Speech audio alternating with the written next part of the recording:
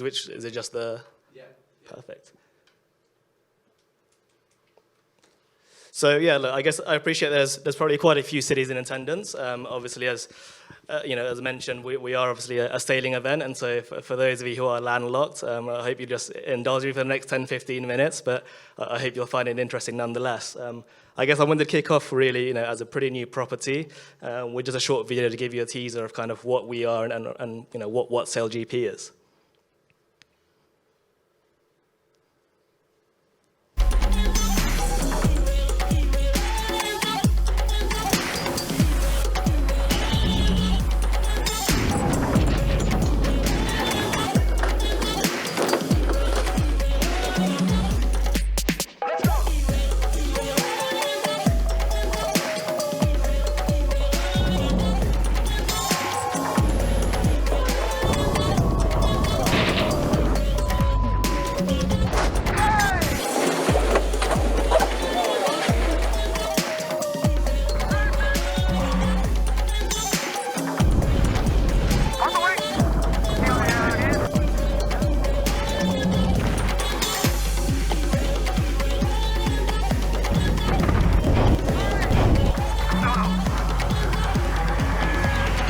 Oh, that was insane. I love it. That was a great race.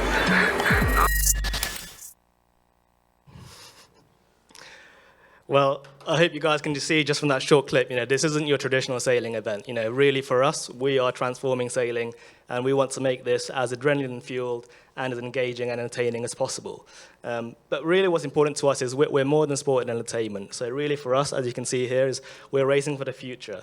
So what does that mean in terms of our platform?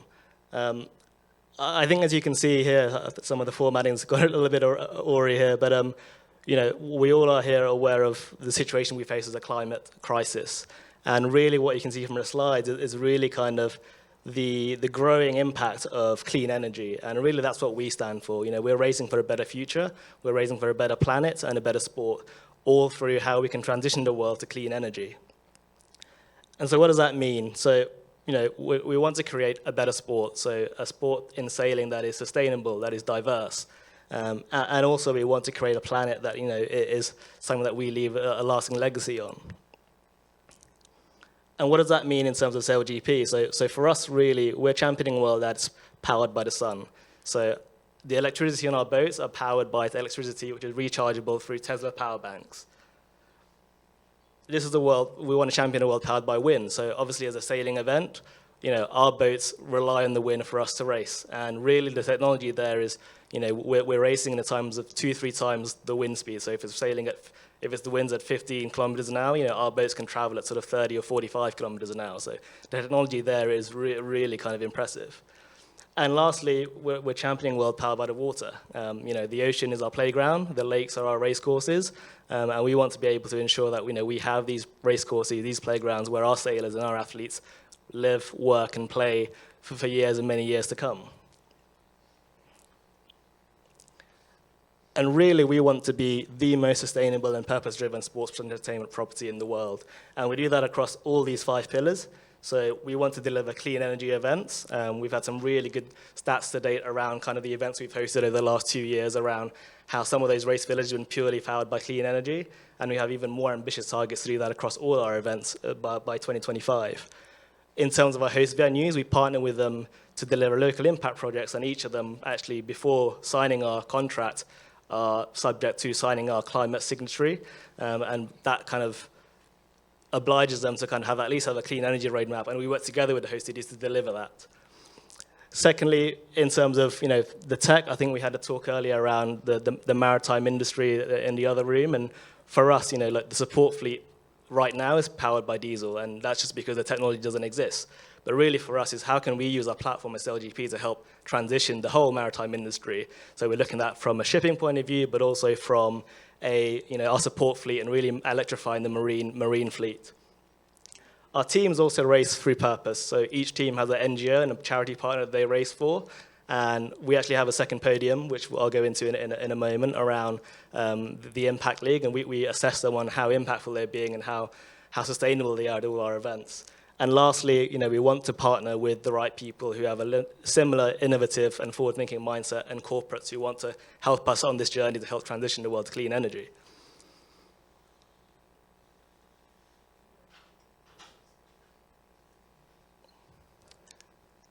I briefly mentioned about the Impact League. So for us, we believe this is the first, a world first in the sport, where we have a second podium for the planet. So at every race, yes, they're racing for the championship, but equally, we're assessing all of the teams in terms of how sustainable they're being at the events and how they're using their voice and their platform to really champion a world powered by nature. And that's really kind of something that we introduced last year. We had our first inaugural winners of the Impact League in New Zealand, and they won, I think it's $100,000 for their charity, their NGO partner, and we have prize money again. So it's a second podium for the planet, which includes prize money as well. And also, racing for a better sport, and what does that mean for us? We want to really establish a women's pathway program where, we have a really dedicated pathway for professional female athletes to be at this stage. And, there's nothing in our rules that doesn't stop an all-female team down the line.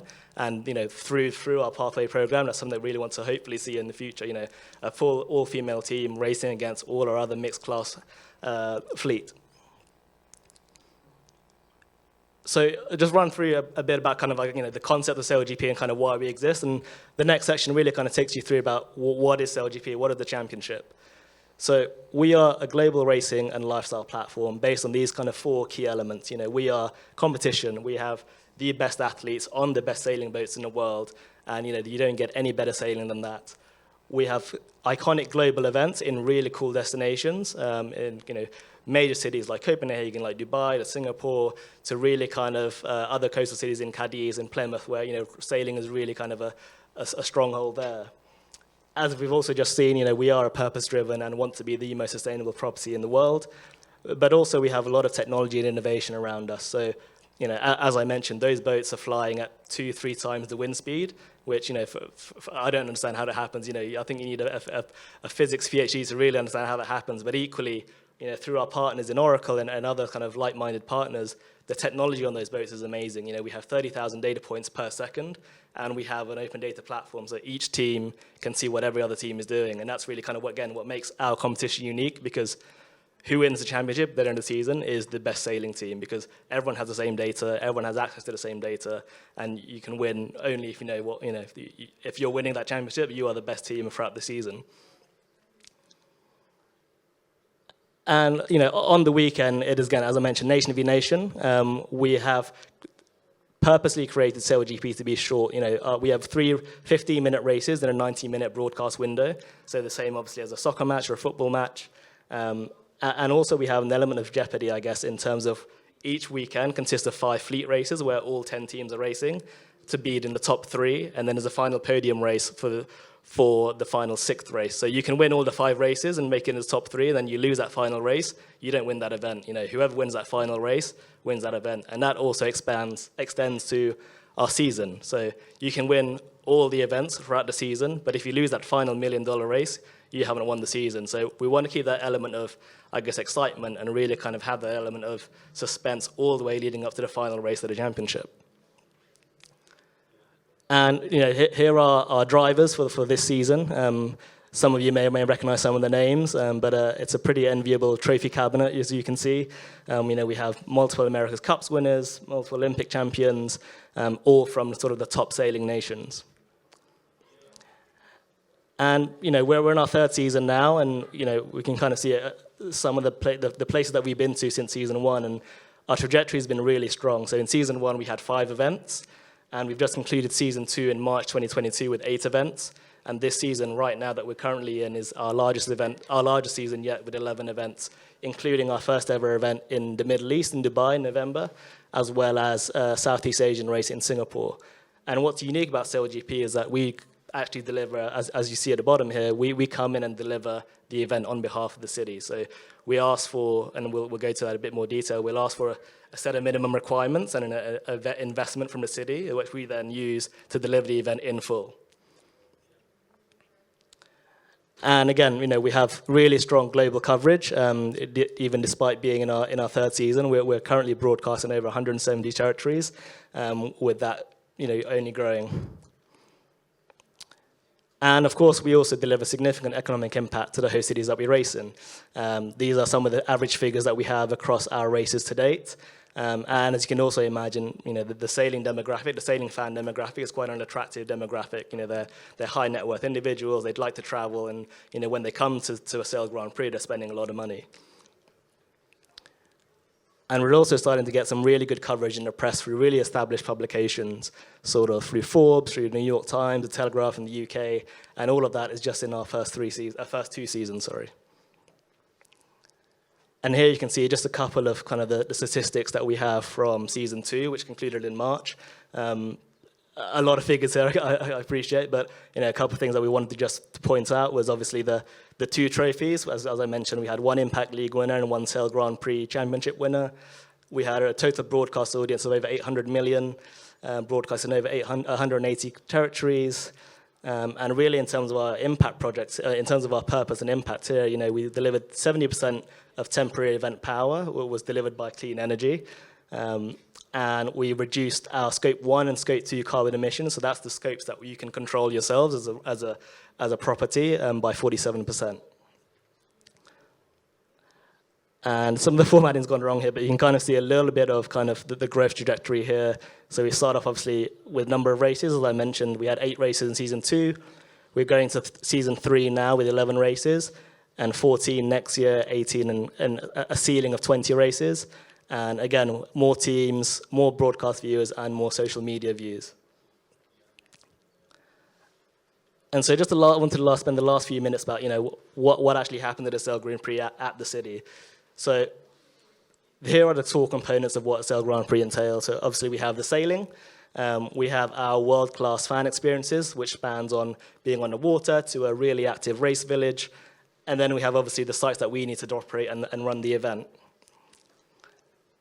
Here's just a quick kind of overview of kind of what a typical event setup looks like. This is an example from Plymouth, which obviously, for those of you who don't know, is on the Hoe. It's a pretty natural amphitheatre, and so that's perfect conditions for us. It's pretty much a ready-made racecourse, so to speak, and it's protected waters, flat, it's windy, and we have thousands of people along the shoreline in the race village, all watching our racing. And you can see here how close to shore we can get, again, which is really unique for sailing, as traditionally sailing, as you can imagine, is quite offshore, and either going from point A to point B. For us, what we like to call stadium racing is what makes SailGP unique.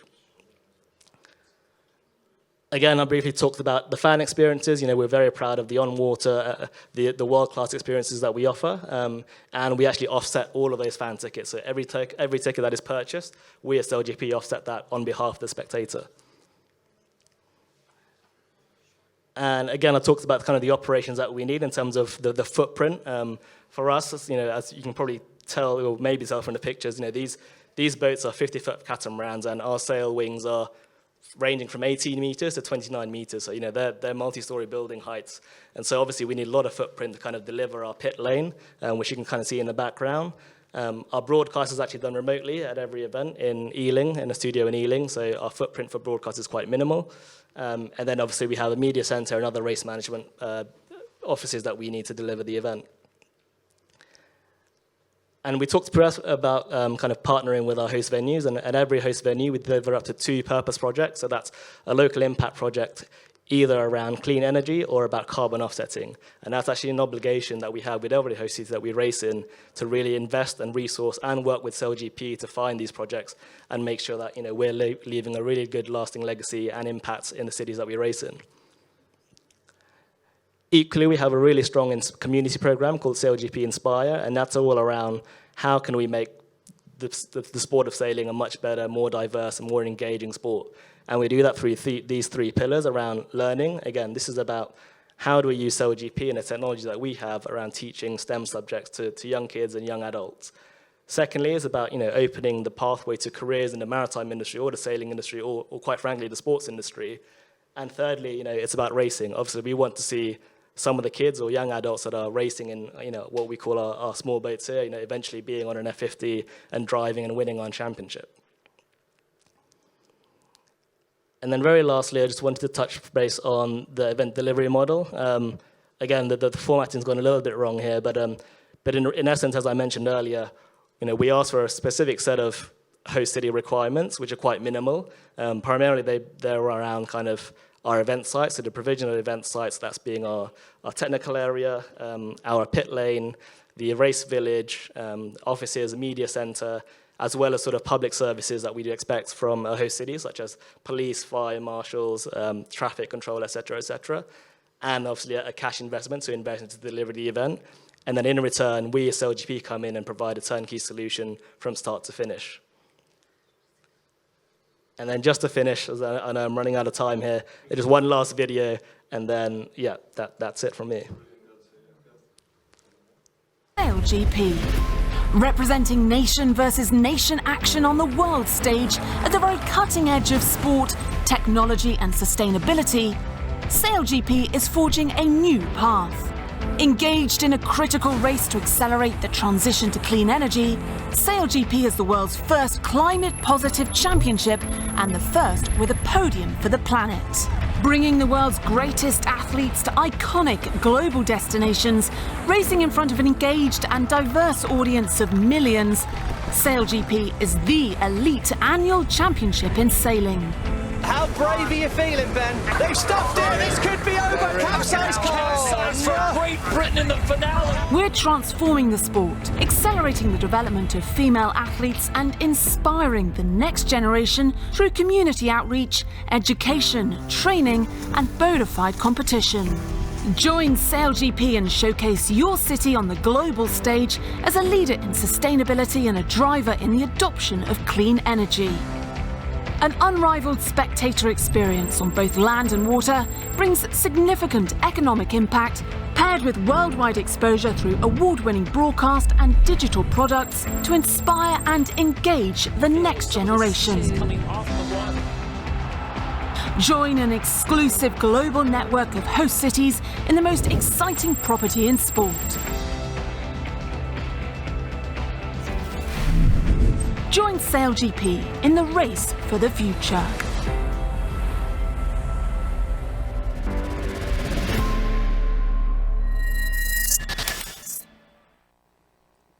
And thank you very much. I think we've run out of time for questions. I think we're No, Gunther, we've got, that was brilliant, by the way. Thank you so much for doing it and being flexible at the times. We've got time for, I know you've had some conversations already, but any quick fire questions now? Because we have got, being presented a couple of minutes, but yeah, it's a quick one there. Yeah, go. I'm on. Okay, it's not really a question, but we're hosting the event in Copenhagen in August, so I just can recommend, these are very nice guys. But if you want to go, or if you're interested in this, you should go and enjoy one of the events. I mean, it's really something else. So if you have the slightest interest, go and enjoy the live event. Yeah, but and I'm not being paid to say this. Or you can buy me a beer later on. He's looking for 10% off the hosting fee. Any other points, questions, guys, from the floor? Gunther, I think you'll find there's a lot of interest because we've already been talking about sustainability and the engagement with fans, and it does tick every box. And so the same stories we've always said to you. Obviously, your details will be available. I think you're happy to be contacted by the cities, whether it be online or offline. And the purpose today was to lift the lid and put it down again. And I think you've certainly achieved that, Gunther. So thank you very much for coming and spending time with us. And I hope some of the cities here and online will follow up with you. Thank you so much. Thank you so much, Gunther.